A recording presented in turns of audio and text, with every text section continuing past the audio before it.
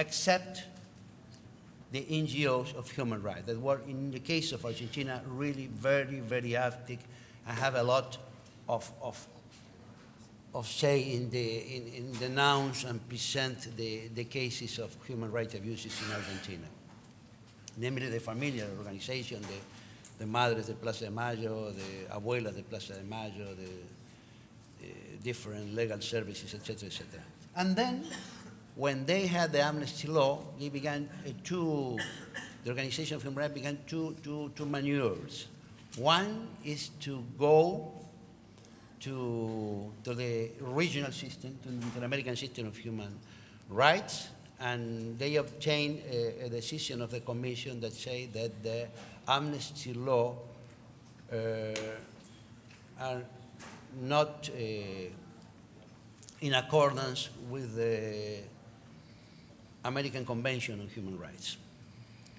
And then they began to present, to the judiciary claims in base not a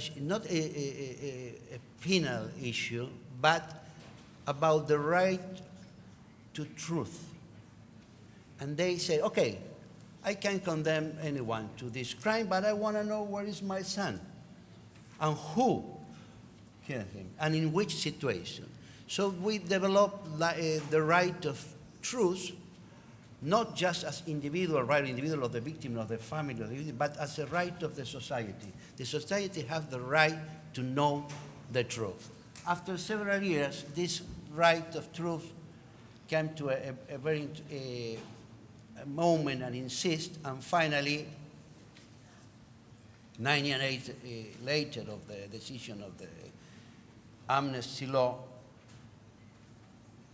in a separate way, but more at the same time, the Inter-American Court of Human Rights decided in the case of Peru that amnesty law are against the convention and you have to change it.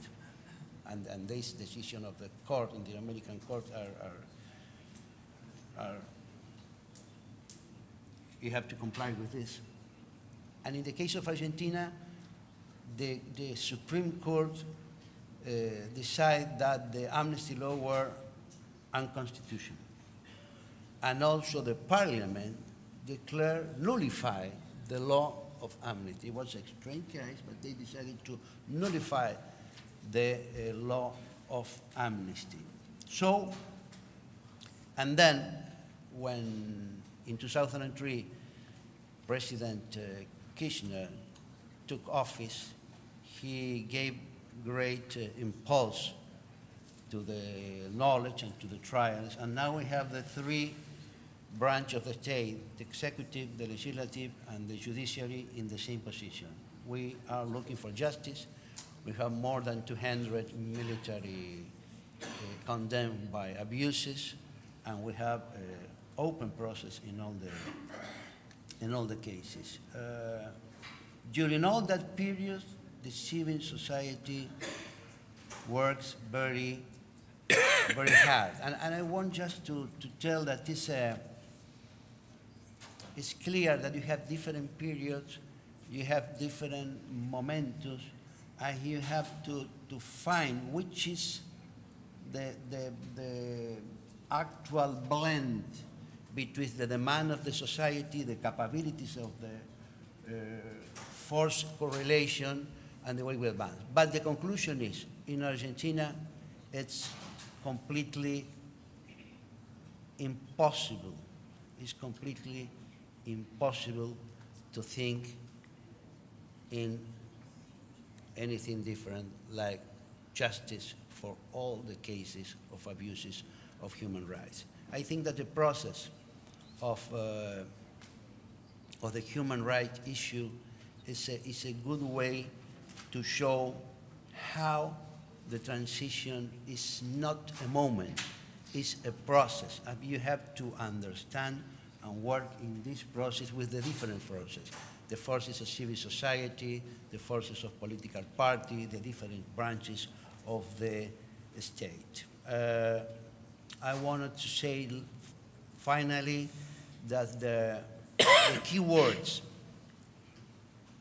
in our process, in the human rights process, was truth, justice, memory, and reparation. This is an indivisible part of our agenda that we are pursuing, and I think that not completely whole, but 90% of the society is in favor of them. Finally, I just want to say that the best way to guarantee a process, not just in human rights, but in all the transition to democracy, is to be active in the political arena, to support the different political parties, and also to have a very active and vocal civil society. If we, as a society, don't protect ourselves, don't have an organization and mobilization in favor of our aims, it's not good for the level of the democracy. That, at least, is our experience. Thank you very much.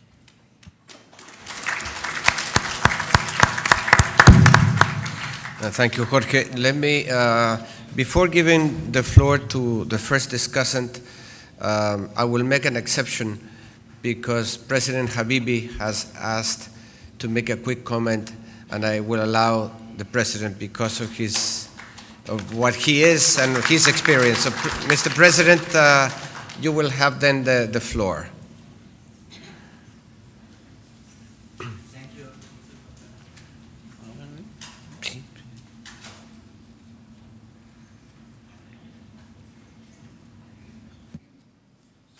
Thank you, Mr. Chairman. I wish I could stay longer. First of all problem of the world today are the values. The values is changing, must be changed. We are using values. For example, we are talking about human rights, but we all know that right must be balanced by responsibility. Nobody is talking or avoiding to discuss about human responsibility. So, look at our United Nations, and UNDP is a part of them. And we are all members, including Indonesia. Look, we are still using the values which was defined more than 60 years ago. The face of the world had changed. We have more nations. The people are more informed. It was very interesting to listen to the comment of our friend and colleague from South Africa, as well as yours. It's very interesting for me. He's talking about human rights, but he takes it for granted a priori. You are using double standard. You just inherit, for example, that the minority has the majority. You know, that the land, for example, as you told, is owned by comers who just come in. And people who live there since, I don't know how 1,000 years, they don't have the right. Yeah, that's a big problem. I want to congratulate you and President Mandela, how you have solved it. That is excellent. But that is an example that we have to change the values. We have to be realistic. And can you imagine what will happen if the United Nations review their, what you call that, their basic principles, where they add on top of human rights, human responsibility, how it will change the other values. That is just one. You know, I make a lot of comment. I wish I could have more time. For example, you were talking about democracy. Democracy, you know, it's only interesting if a man had the freedom to talk, to act, but with the responsibility. First. Second, he is independent. There are countries who are independent, but not get the freedom. There are countries or society who has the freedom, but not being independent. That has to be balanced. So, and that changed the values.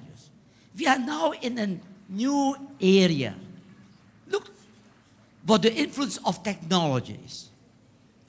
The people are better informed than before. What happened in the Middle East and also in my country was the influence of technology. Before, those people who want power, you know, if that is the power, there are always people surrounding the power who make a synergy, positive or negative, to the power. And who are they? The family, the friends, the party, the military, the trader, the economists, all those people. And they want everything. And there it started the manipulation. Manipulation of information. Garbage in, garbage out. Today, we have another network. Facebook, the internet, Twitter. Here, what happened here? Look, how the people in Cairo and in Tunis, but especially in Cairo, how the people that is strength of information, suddenly they come out and do their work. I was watching that. I check and recheck. Check through CNN, CNBC, and so I have the means to do that. And you come to the conclusion. But can you imagine 50 years ago, it's not possible. 20 years ago, it's even not possible. People can manipulate information. The reaction needs a lead time. Because of that, I think, just started balance the right with responsibility. The human rights group, NGOs, or whatever, has to be implemented, to be asked to implement also the values of responsibility. By the way, there is an organization, the name is Interaction Council. You go to the internet, you look for the Interaction Council, and then you read. You know, I think President Mandela is a member of that. I'm a member also of the Interaction Council. Also, Helmut Schmidt, Carter. We are members. We talk about responsibilities. But it's very difficult to get it. Now, why don't you make UNDP look at that, what you call that, Web Interaction Council, and you ask human responsibility. You get a lot. We have been working for that. And that is at that time, as the United Nations was doing their what you call that, their 50 years anniversary, we had hope that they will add the human responsibility to balance. Nothing happened. Because the interest of people who live and make advantage of the values who doesn't have any meaning at all, because the world had changed. The technology make that. They have the interest. Economic interest, power, etc., etc. So, you see, like, for example, civil society. Civil society is interesting. 99% they are good. But you have to not take it for granted that they're all the same. You see? And because of that, you have to talk really that the civil society, they are the new form of forces in the organization, civil society. But what? they use a network of information coming in. What is that? Direct information in the network. So, sir, I have to stop because I have to go to Al-Azhar, you know, and I have to see the student. And outside, one from Reuters, he want to interview me, and the other is for Al-Ahram. So I wish I could stay longer, but I want to thank you, sir, that you give for your what you call the achievement.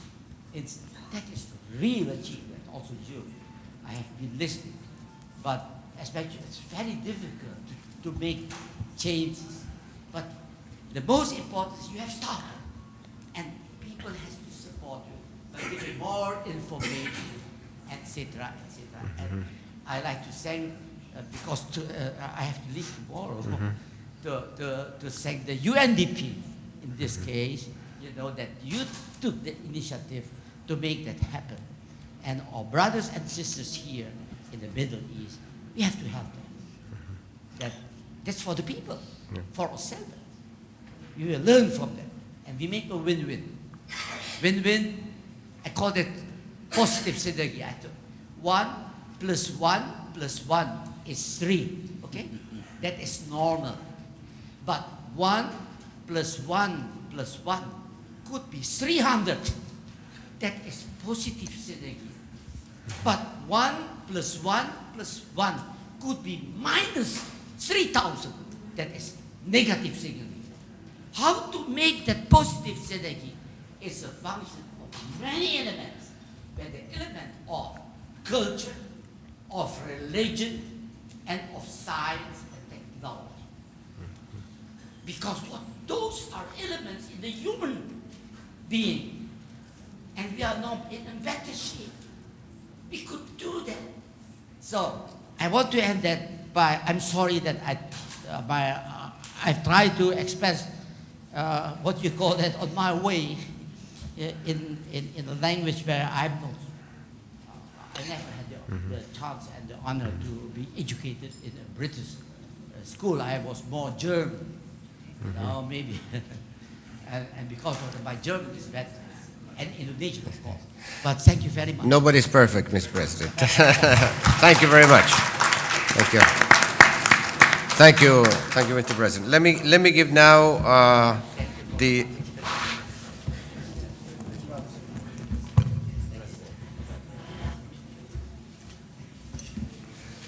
Thank you. Let me now give the floor to our first the discussant, Taufik Burdeballa. He has been practicing law since 1970. He's currently lawyer at the Court of Appeals in Tunisia, a lecturer at the University of Tunis, and chairman of the Fact-Finding Commission on Abuses and Violations committed during the Tunisian uprisings. He previously served as chairman of the Tunisian League for the Defense of Human Rights. We're very happy to have you, and we'll give you the floor to make some comments. Merci, monsieur. Ma tâche est un peu difficile parce que je vais parler après le président Habibi. Donc, je vais essayer de faire bonne figure. Excusez-moi d'avance.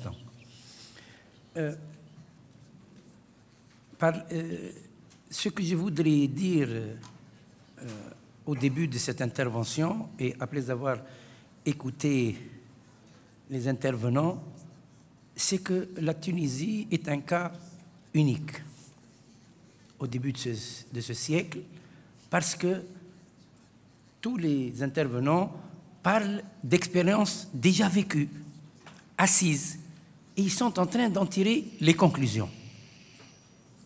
Ça a commencé de cette façon, nous avons décidé ceci, les résultats ont été ce que nous avançons, et ils commencent un peu à rectifier certaines choses et à parler à des réformes dans la réforme. La révolution tunisienne est originale pour plusieurs raisons. C'est la première révolution de ce nouveau siècle dans un pays arabe. Et c'est une révolution qui s'est faite sans armes. Le peuple est sorti essentiellement, les jeunes, à bras nus. Et ils ont réussi à chasser une dictature de 23 ans en 29 jours. 29 jours de manifestation. Certes, la répression a été lourde. Mais la Tunisie avait un passé de leader dans ce domaine. Déjà au milieu du XIXe siècle, la Tunisie a eu sa première constitution parmi les pays arabes et musulmans, la première. Et puis, après, une autre déclaration d'un paquet de droits humains. Juste après, une loi d'abolition de l'esclavage. Tout cela au XIXe siècle. Et puis, depuis l'indépendance de la Tunisie, une scolarisation presque totale et une politique de contrôle de la démographie qui a permis à ce que la Tunisie ne sombre pas dans une misère atroce par rapport à certains pays.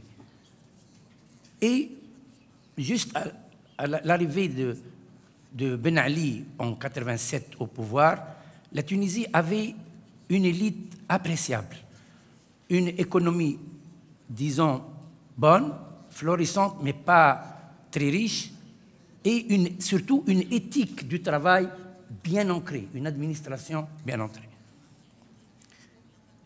Et au fur et à mesure que les années avançaient, Ben Ali a réussi à implanter une dictature qui n'était pas sanglante, mais que c'était une dictature, une terreur blanche.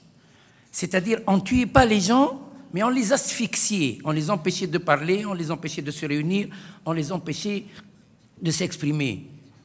Et si vous regardez la constitution tunisienne, toutes les lois, tous les organismes d'État étaient parfaits sur le papier, parfaits, complètement, hein, impeccables. Mais la pratique n'était pas à ça. Il y a eu beaucoup de résistance, surtout au sein de la société civile. La Ligue tunisienne des droits de l'homme, dont j'ai eu l'honneur de la présider pendant 5 ans, et puis d'autres associations dont les représentants sont parmi nous pendant ce séminaire. Alors, une fois que cette révolution a eu lieu et a pu chasser cette dictature, les premiers étonnés étaient les Tunisiens. On ne savait pas comment cette dictature allait disparaître. Chacun allait dans beaucoup de supputations. Et l'avantage peut-être que nous avions, nous n'avions pas un régime, nous n'avons jamais eu un régime militaire. Nous n'avons pas eu un problème racial. Le peuple tunisien était un peuple homogène. Mais cette révolution a démontré quelque chose d'extraordinaire. Que les principes humains, les principes qui guident, les principes de dignité, de liberté, de soif de la justice, ne sont ni du Nord, ni du Sud, ne sont pas occidentaux, ne sont pas orientaux, ce sont humains. C'est l'essence même de l'être humain. Donc, la révolution tunisienne a démenti tous les commentaires qui étaient utilisés en Europe, aux États-Unis, au Canada, et qui disaient en gros que les Arabes essentiellement et les musulmans étaient incompatibles avec l'existence d'une démocratie ou le respect des droits humains, ou que l'islam était une religion, je ne dirais pas sanguinaire, mais totalitaire. Le mot a été dit. Donc, il faut que les Européens, que nos amis aussi américains et canadiens révisent leurs théories. Ils sont en train de les réviser et nous ne leur en tenons pas rigueur. Au contraire. Nous n'avons jamais voulu exporter notre révolution. Nous avons voulu la garder chez nous-mêmes, mais elle a traversé les frontières. Elle est partie. Nous sommes heureux que nos frères égyptiens, yéménites, syriens sont sur le chemin. Et donc nous sommes en train, comme une vivisection, nous sommes en train de vivre les problèmes au jour le jour. Nous n'avons pas de plan. On a été pris au dépourvu. Tout le monde a été pris au dépourvu. Tout le monde. On a imaginé beaucoup de scénarios, mais celui-là, on ne l'a pas imaginé. Et c'est pour ça que l'histoire ricane toujours. Là, alors les événements viennent là où vous ne les attendez pas. Donc il faut toujours réfléchir. Alors qu'est-ce qu'on a pu trouver? La discussion a commencé, les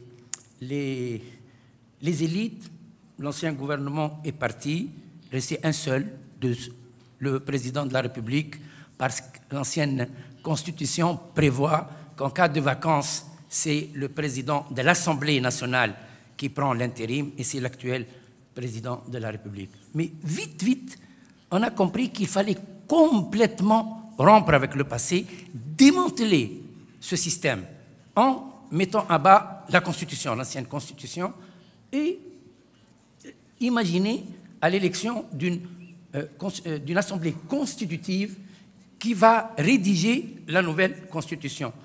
Et pour cela, il a été créé une commission dont vous a parlé mon camarade Abdel Fattah Hamour hier, c'est la commission des réformes politiques qui a commencé à avancer et qui a mis sur pied la première commission nationale indépendante d'organisation et de supervision des élections. C'est la première fois où en Tunisie, il va y avoir un organisme totalement indépendant qui va organiser les élections, c'est-à-dire le ministère de l'Intérieur est out. C'était lui qui organisait. Donc cette commission a été élue démocratiquement au sein de la commission dont je vous ai parlé, qui est composée de 155 membres actuellement de la commission des réformes politiques. Et elle a fixé les élections de l'Assemblée constitutive au début au 25 juillet, et puis elle a été retardée au 19 octobre parce que le temps nécessaire pour l'organisation de ces élections ne peut pas se permettre le 24 juillet. Et puis il y a eu une deuxième commission qui a été créée pour démanteler le système mafieux de la mauvaise gouvernance et de la corruption, et qui est présidée par Abdel Fattah Hamour. Et la troisième commission, c'est la commission que j'ai l'honneur de présider, et qui est la commission d'investigation pour les dépassements et les violations enregistrées en Tunisie depuis le 17 décembre 2010 jusqu'à, dans le texte arabe, dit jusqu'à la fin de la cause qu'il a créée en arabe. Il est zawali mujibiha. Et les présidents de ces trois constitutions sont nommés par le Premier ministre. Et c'est le seul lien qui lie ces commissions au pouvoir, au Premier ministre. Et c'est les présidents des commissions qui choisissent les membres de la commission. Chacun choisit lui-même. En ce qui me concerne, j'ai procédé à une large consultation de la société civile. Sortant de la société civile, je ne peux pas faire autrement. Alors j'ai consulté tout le monde, les syndicats, les magistrats, les avocats, les journalistes, les médecins, les enseignants, toutes les associations, les femmes démocrates, l'association contre la torture.